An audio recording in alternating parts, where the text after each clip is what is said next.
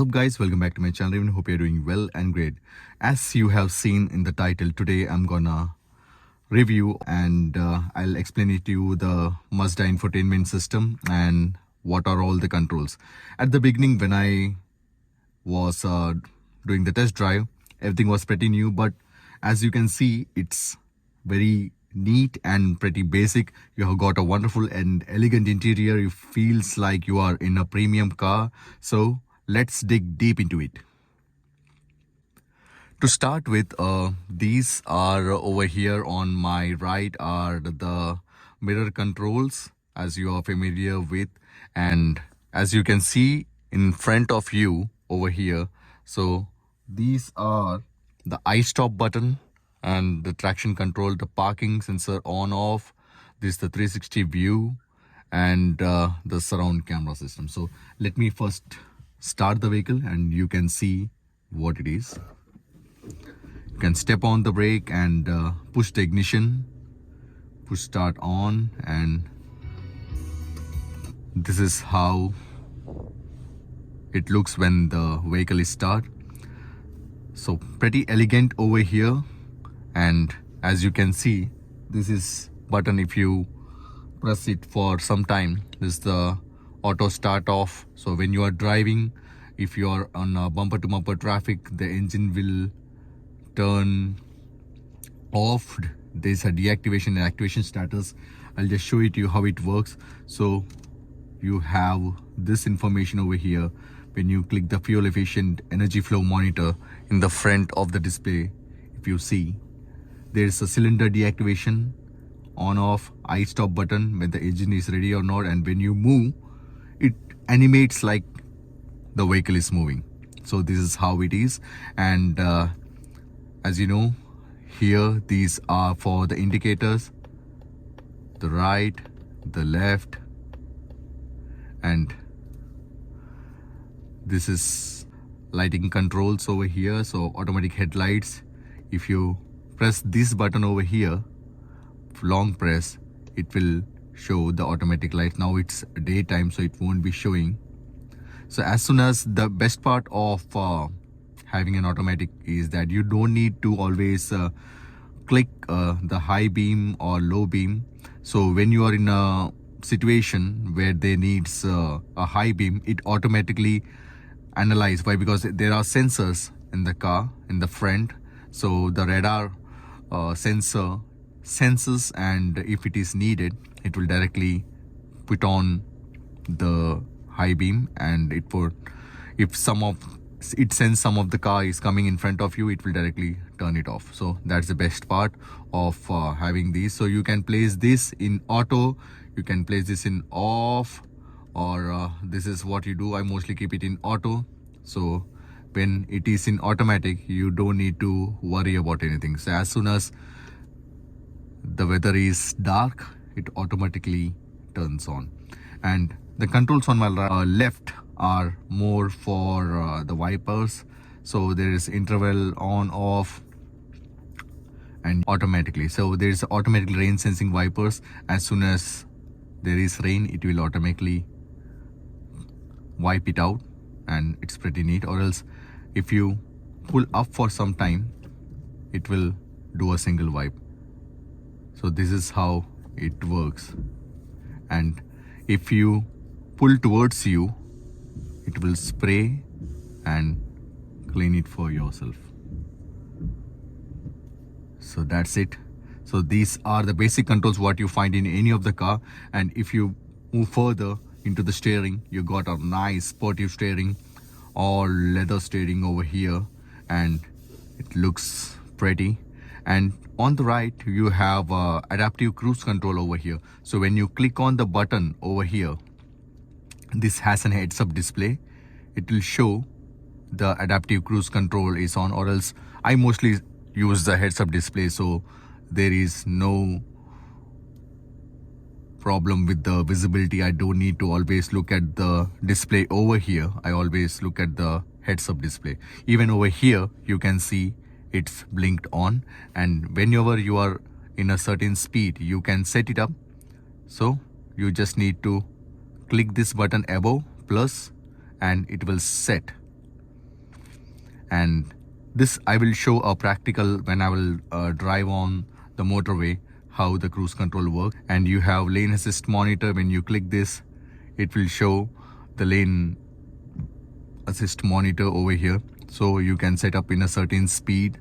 Again, good for traffic lane assist monitor and adaptive cruise control together. This will be of great help, and you can adjust the distance between you and the other car. So if you see over here, when you click, you can see the car symbol, and when you are driving in front of your lane, whichever cars move, you can see in the display as well. There is a car in front of you, and it will automatically brake or slow down for you. And whenever the sensors or the car sensors feel there is any hazard or you are nearing to any of the car while driving, it will automatically show an alert. So it will display red and ask you to brake everywhere. And you can also see on the heads-up display as well. So this is the part. And here we have in the Cx30 G25 Touring SP model, you have memory seat functions. So you have a buttons over here, so the seat automatically moves front, moves back. There's up, you can press it over here. There's down, it goes up, down, and there's also lumbar support over here. Apart from that, you can set it into two driver settings. So here I have set into one for whenever my wife, she get into the car, the settings automatically will, if she has the key with her, it will automatically adjust it to her height. Or else if it's 2 is set for mine, so if I want to press 2, it's already memory feeded, the car adjusts as per my height setting. If it is 1, that's for my wife, it's much more closer. Just you can see even the mirrors move, and it's pretty close to the steering. So this is what my wife drives in this setting. Even the mirror adjusts as per their height. And if I press 2, this is mine, the mirrors move as per your height setting. And this is what the comfort system. So let's dig deeper into the infotainment display over here. This is not touch screen, so as you can see, I can barely reach to the screen to touch it over here. So Mazda Infotainment system, most of it are operated by this dial over here. So this is a rotary dial, so when you click it over here, you can see or operate it even while driving. It's pretty easy. Why? Because it's resting exactly on the armrest and it's very comfortable. In the beginning I thought it's not that useful, but when you are used to the car, you feel it very comfortable. So these are the navigations. So let's dig deeper. So Mazda Cx3 Cx30 you will find, or Cx5 you will find these dials. So most of the Mazda systems has the same setup, but I have heard that the newer models come up with a partially touchscreen when you are connected to Android Auto or Apple CarPlay. That's not available in this car. The model which I'm here is the Cx30 G25 Touring SP. So this is the volume knob over here. This is, you can set up to your favorites. You have basic, home, music, navigation, and the back button. So I mostly use these buttons, the home, back button, or the dial over here. The dial, it looks very premium over here, and it clicks. So that's an elegant design. And this also can be used as a joystick. It moves here and there. I mostly not use it. And over here you have the volume control. The similar way, you can mute, you can increase the volume by turning it around. It's clicky, and you can turn it off by pressing it over here, and you can use it as a joystick over here. So let me show it to you. Let's dig deeper into what's there inside. So there's information, entertainment, communication, navigations, and settings. And if you mostly I'm using just the knob over here. So as you operate, if you have any notification, it shows. There's no notification, so there's nothing over here.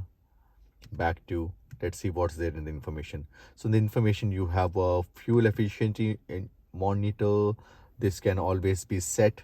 So there's a cylinder activation, deactivation status. So whenever the vehicle is running, this status will show. Pistons moving over here. There's I-stop and the status over here.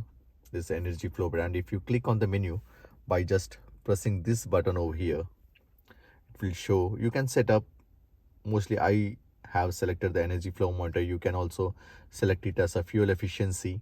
So this will show the I-stop duration, increased range, the drive results.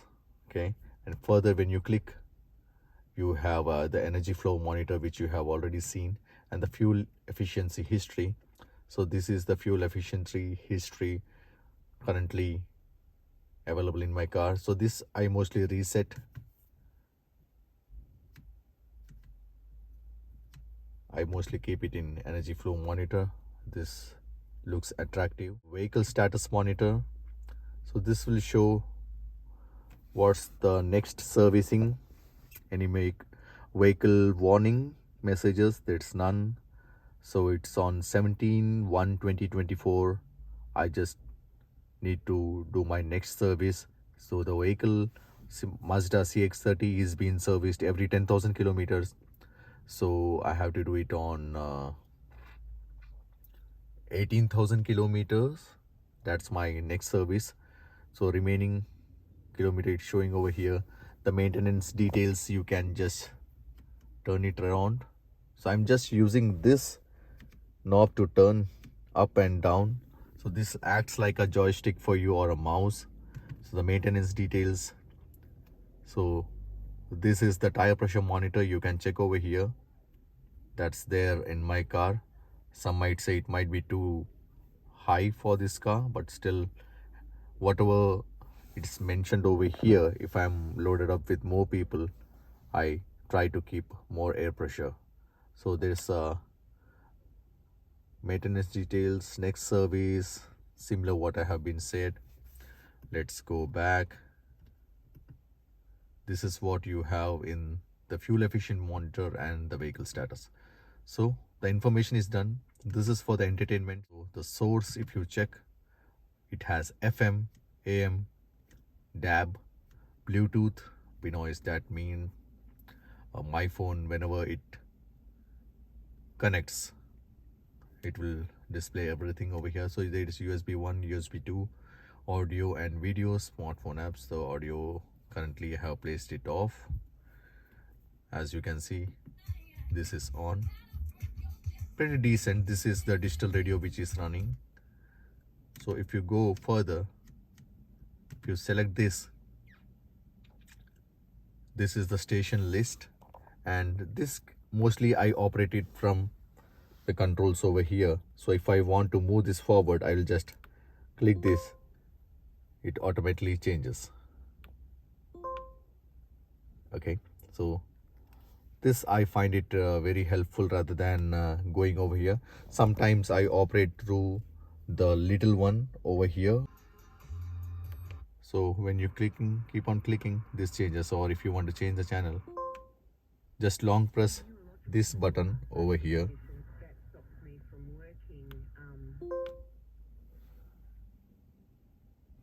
The channel change, or it will even scan for you.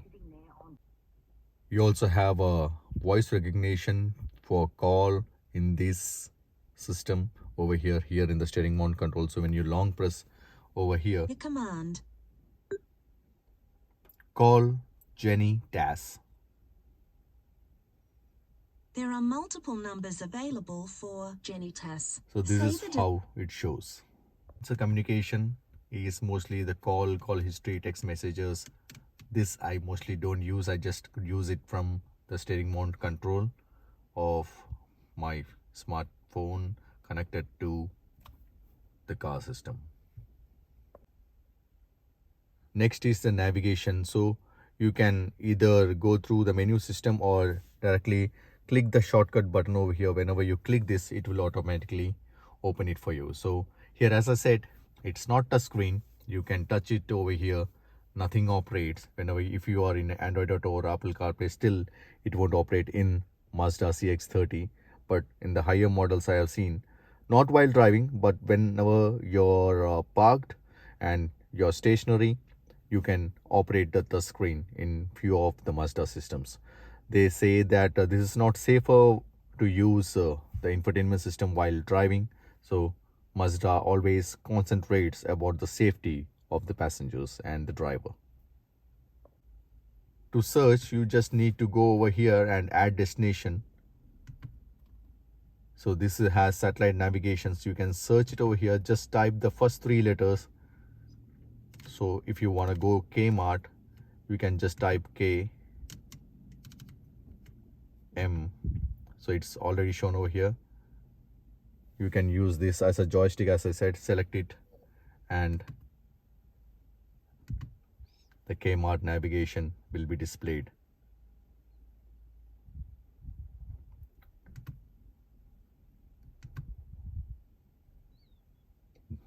So it's like 3.2 kilometers from here to go to Kmart, Newton, Hobart, Tasmania. Pretty simple. You can go back. The navigation will be still on. So to cancel this, you can press this button over here. It will show cancel. Just press it and the navigation is cancelled.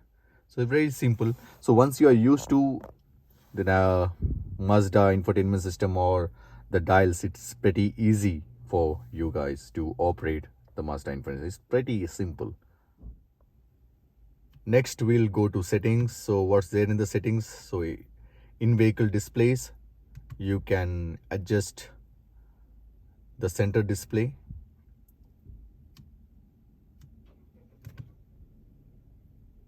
So display off, on, daylight mode, it's automatic.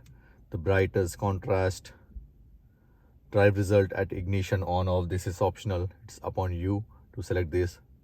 Home screen, you can click it to digital or analog. Ambient display, it's clock, and restore factory settings. And once you go back, that's it in vehicles displays. The sound settings, we have audio settings. Once you click over here, you have the sound adjustment mode. So it's advanced selected over here. So when you have clicked or pressed this, you have two options, basic and advanced. So advanced is for advanced sound adjustment mode. This is what I selected to improve the sound. So this doesn't have the Bose speaker system. This has the basic speaker system, but it's pretty good. You are missing the bass, but still it's good. So you have an equalizer. I set it in rock. Listening positions, all seats, you can select it to the driver's seat or all seats. It's all upon you. You can fade, the balance, automatic level controller, automatic source level adjustment that stabilizes the volume level across sources. That's it in the audio settings.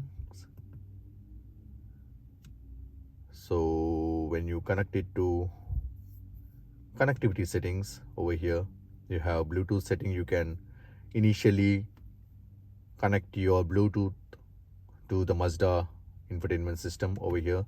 So this is pretty basic. I know how you guys know to pair a new device, so it's nothing new. So this has been connected to Android and one is Apple smartphone connectivity settings, Apple CarPlay and Android Auto. These are the settings over here. So it's mine is enabled.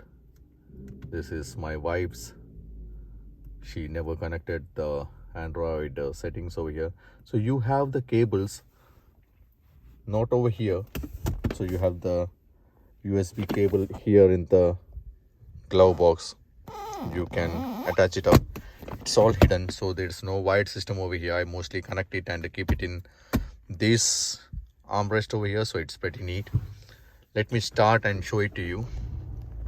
So when you start the vehicle, the safety settings and the vehicle settings can be shown. As you can see, earlier this was not showing. In the vehicle settings, you have door locks, exterior lighting. Let's check the door locks. It's automatically door lock, unlock on ignition, on off, automatic relock. Waiting time is 30 seconds. Keyless walk away, auto lock. Keyless beep confirmation, volume, it's medium.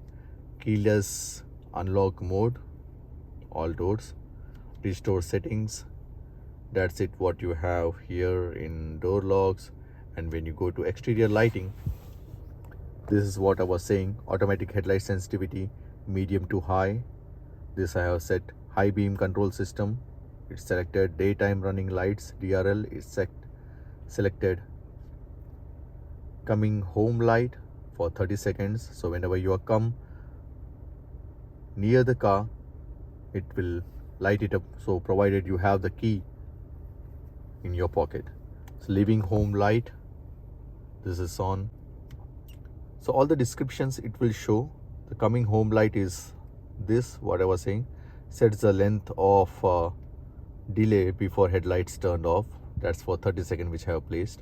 This can be changed as per, or you can turn it off as well. Coming home light is whenever turn the headlights on with unlock button, press on one key. So whenever you unlock it, I'll just show you in the night the lights glow, so that you know where your car is parked. If you are in a cellar parking, or else if you are in a dark situation, it will throw light, such bright light, and there is good visibility in or near the car. So the interior lighting is pretty basic. Illuminated entry duration 15 seconds. You can change it to whatever you like. And when you have rain sensing wipers, auto folding mirrors, you can select it or you can deselect it. Turn signals, 3 flash turn signals. Turn signal indicator volume, it's medium, and it just gives a faded look whenever you are clicking your indicator. Even from inside you can see, if I click the indicator, this lights, it fades. The similar way, when you look outside, it looks elegant from outside. This has all LED lights, so in the night the visibility is awesome. Rear window defogger, I have turned auto off. Fuel lock delay key, it's 0 seconds, so sets the length of the delay until the fuel door locks after vehicle is locked. So this is upon you, what you want to set, you can set it up. Let's go back. Connectivity I have been covered. So now comes to the system settings. It's the basic clock, voice recognition settings, the language, tire pressure in PSI or whatever you want to select. These mostly I won't even touch. Most of the time, once this is all set, they have only changed the sound and the in-vehicle displays sometimes. So there's a heads-up display, as you can see, active car display over here. So as per your height, you can set it up and down. So here in front, I guess you can see, this can be adjusted as per your sitting position. So the brightness, everything, the tilt adjustment, navigation guidance, street name, everything. So once you are in the satellite navigation, the same navigation even shows it over here in the heads-up display, but it's not whenever you connect it to Apple CarPlay or Android Auto. You have a decent AC controls over here, so it's dual zone automatic climate control over here, so it's pretty easy. Again, the click is being taken care, and whenever you touch it, the feel is awesome. So once you sync it, you can adjust it. Even the passenger can have a separate temperature and you can have a separate temperature. It's all depends on you. High, low fan settings. It's clicky, right? Looks good and decent, and you can see the touch feel is all good over here. Here you have soft touch materials over here. So these are the AC vents. So one over there at the end, one over here for the driver, and one over here. I mean, whenever you get for a test drive, it's pretty new to you. You feel like this is not a touch screen and you feel it comfortable. In the beginning I felt the same, but I'm not that fan of touch. So most of the time whenever we drive, it's very difficult to concentrate on driving as well as operate the touch system over here. Whenever you're stationary, it's good, but apart from that, I don't think it's safe. So Mazda thought about the safety purpose, it's pretty helpful.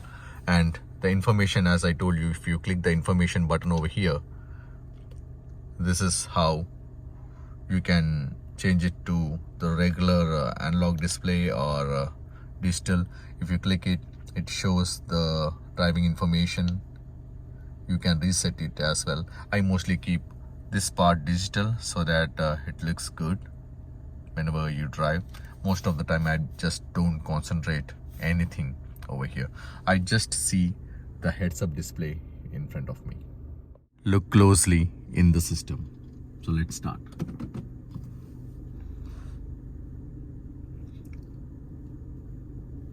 As you can see, the vehicle is coming in front of me. It will sense it for me.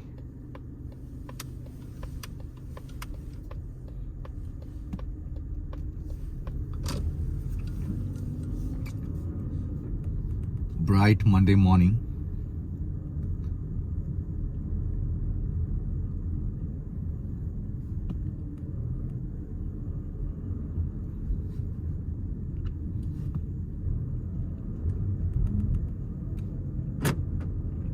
That's auto lock. So after 30 seconds of driving, it will automatically lock it. So you don't need to bother about that, or else you can do it manually if you click the buttons over here. It's pretty handy, it's easy to reach.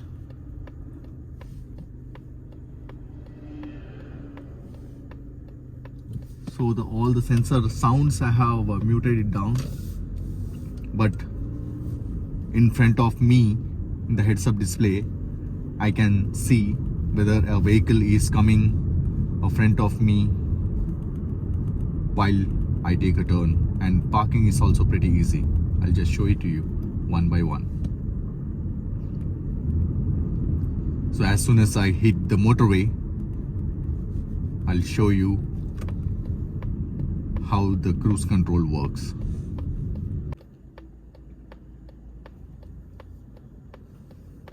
There's also a trip meter over here. You can reset it and check the fuel efficiency as well, as per you.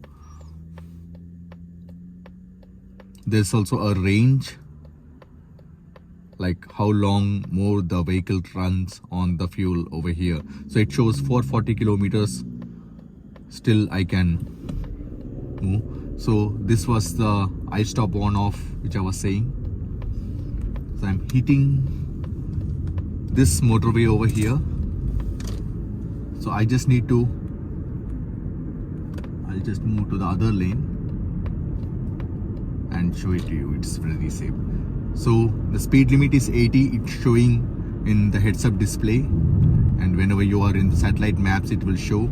It will also tell you whether there are any speed cameras. There are speed cameras ahead, but the navigation is not on, so it won't be saying anything.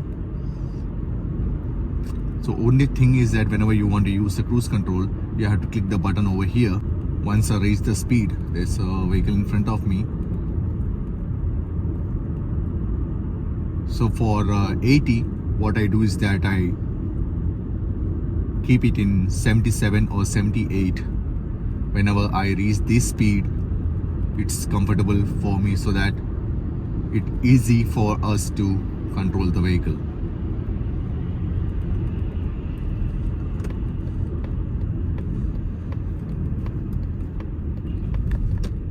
So now there's a red signal. By the way, when you are in the cruise control, it won't sense the signals. I mean, you have to press the button, only sense the vehicle in front of you. So if you are in the front and there's a red light, the vehicle won't stop. You have to do it manually off the system. But when a vehicle is in front of you, this automatically slows down. I'll just show it to you. After this line, I'll set it to certain speed and we can use the cruise control. So the iStop is on and there's a timing what shows how much time I'm waiting over here in this driveway. I mean this drive settings, and the total time I have been used the iStop. It's like 11 hours 25 minutes I've been used the iStop. It's sometimes useful. The cylinder is deactivated right now, so doesn't feel like the vehicle is on. It's pretty silent. As soon as I move, it gives a jerk, a small jerk, but not like what you have experienced in other cars. I mean, I have experienced in Subaru, it was way more shaky, but this was decent. So now I'm driving at the speed, and let me set a speed over here. These vehicles are too slow, but still. So now I have set for 64. You can increase it and decrease it as I told you, but it sends a vehicle in front of you and automatically adjusts the speed. As you can see in the active display over here, it senses there is a vehicle in front of you, and if you are moving, it will stop you. There is a vehicle in front of you, it maintains that gap, and I can sense if the vehicles are coming or crossing me. There's a blind spot monitor, so the light in the mirror will blink, or else even there is sensor displaying over here that, so as you can see, they are placing a brake, the vehicle will automatically slow down, brake for you. This is the best part about having an adaptive cruise control. So it slows down as soon as the vehicle in front of you moves, your vehicle moves at the same speed, or else you can cancel this up. Once you press the brake, the cruise control is cancelled and you manually put your brake pedal. And once you feel it's safe, as you know, the whole driveway has a speed limit, you can resume it back to the speed limit what you were using it earlier. So let the vehicle move.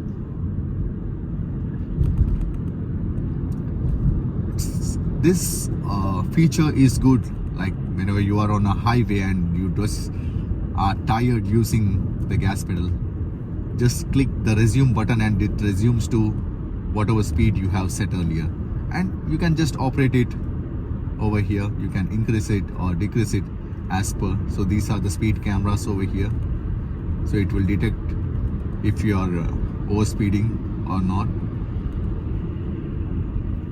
So right now the cruise control is 72, but the speed I am going on is 54. Why? Because the vehicle in front of me is moving slower.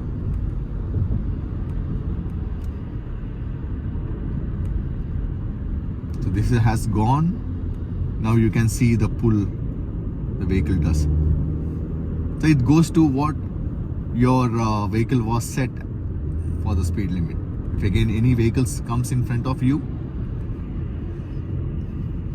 it's automatically slows down. So that's the best part of having adaptive cruise control. So the vehicle is turning. Now you can see how my vehicle pulls back to that adaptive speed which I have set. So this is the only thing I use it. I don't use the lane assist monitor always. I mean, it automatically does. So whenever you are changing the lane without signaling, this will alert you. Or if you are moving out of the lane, the steering will pull back and keep you on track. So now the speed limit is at 80. I'm going at a speed of 75, and now it's 74 again. So the speed limit I set was 74 over here. So it's pretty decent. You just don't need to go for a 80 speed limit on 80. You always have to be a bit less. Why? Because some roads are steep, some roads are not that steep.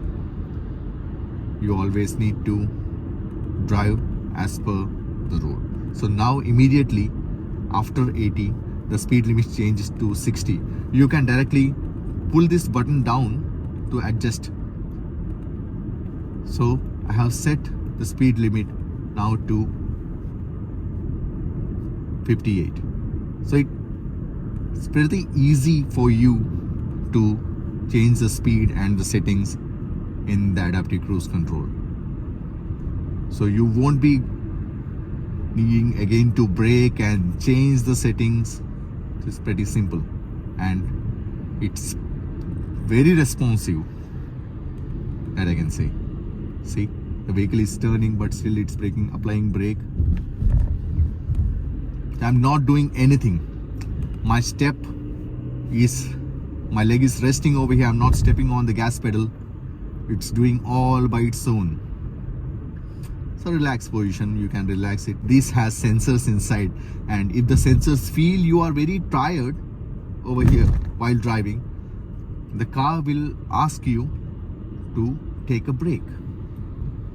That's again the best part I have found in the Mazda system. The features are awesome, and I have never encountered such features.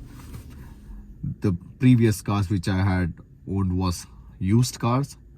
It's almost 8 to 10 years old cars, but the new car, having a new car with all these features is really helpful.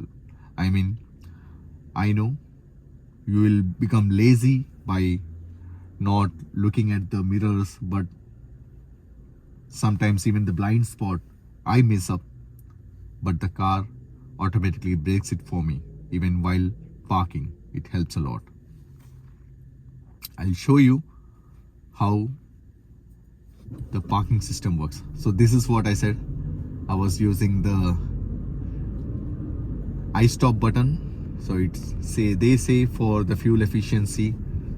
I am not 100% sure about that, but sometimes I guess it helps if you are more into a heavy traffic system.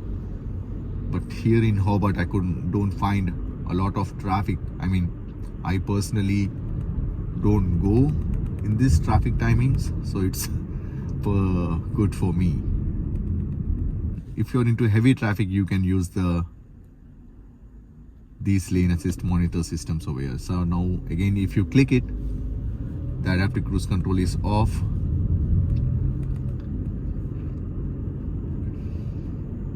If you want to be more lazy, you can click on this button, and this will assist you. If you are going out of the lane, it will drag you back to the track. It will say, hey buddy, you are going out of track. If I have crossed this lane without pulling the indicator, the vehicle will automatically pull me back onto the lane. So always whenever you want to change the lane, you should check the mirrors, blind spot, and indicate, and then move to the respective lanes. I don't know if you can sense it or not. The cabin is very silent. It's not that noisy.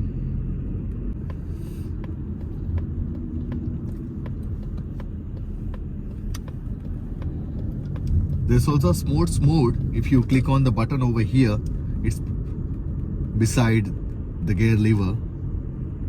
So your arm rests exactly over here. That's the best. I just like the bigger armrest. So you have enough space, even your partner have enough space to rest it over here. And here, even in the driver window, you have this cushioning.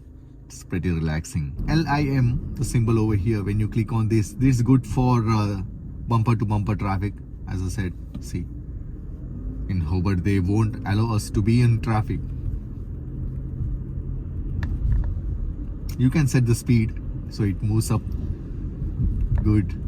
So now I have set to 30. This will move in 30. I can cancel it up. That's not how we drive here in Hobart. I mean, bigger cities like Sydney and Melbourne, I guess they need these features. I hardly use this. And if you want, you can cancel by using the cancel button over here.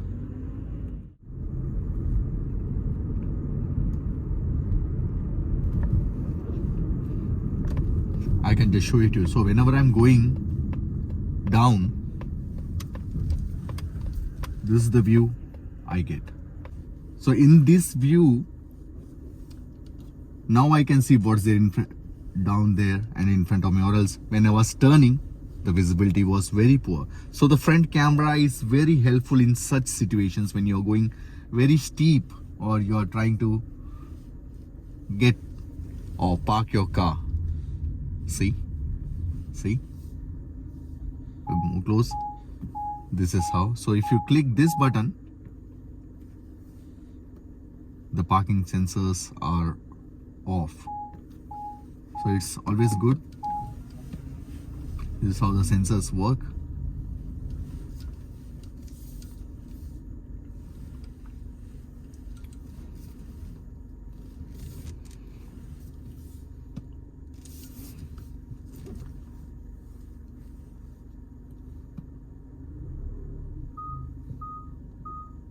The green is good. Once it hits yellow, you should stop your car. Keep it in neutral. Click on the handbrake, the park button, and park it up. That's it. Safe driving. Turn off the ignition.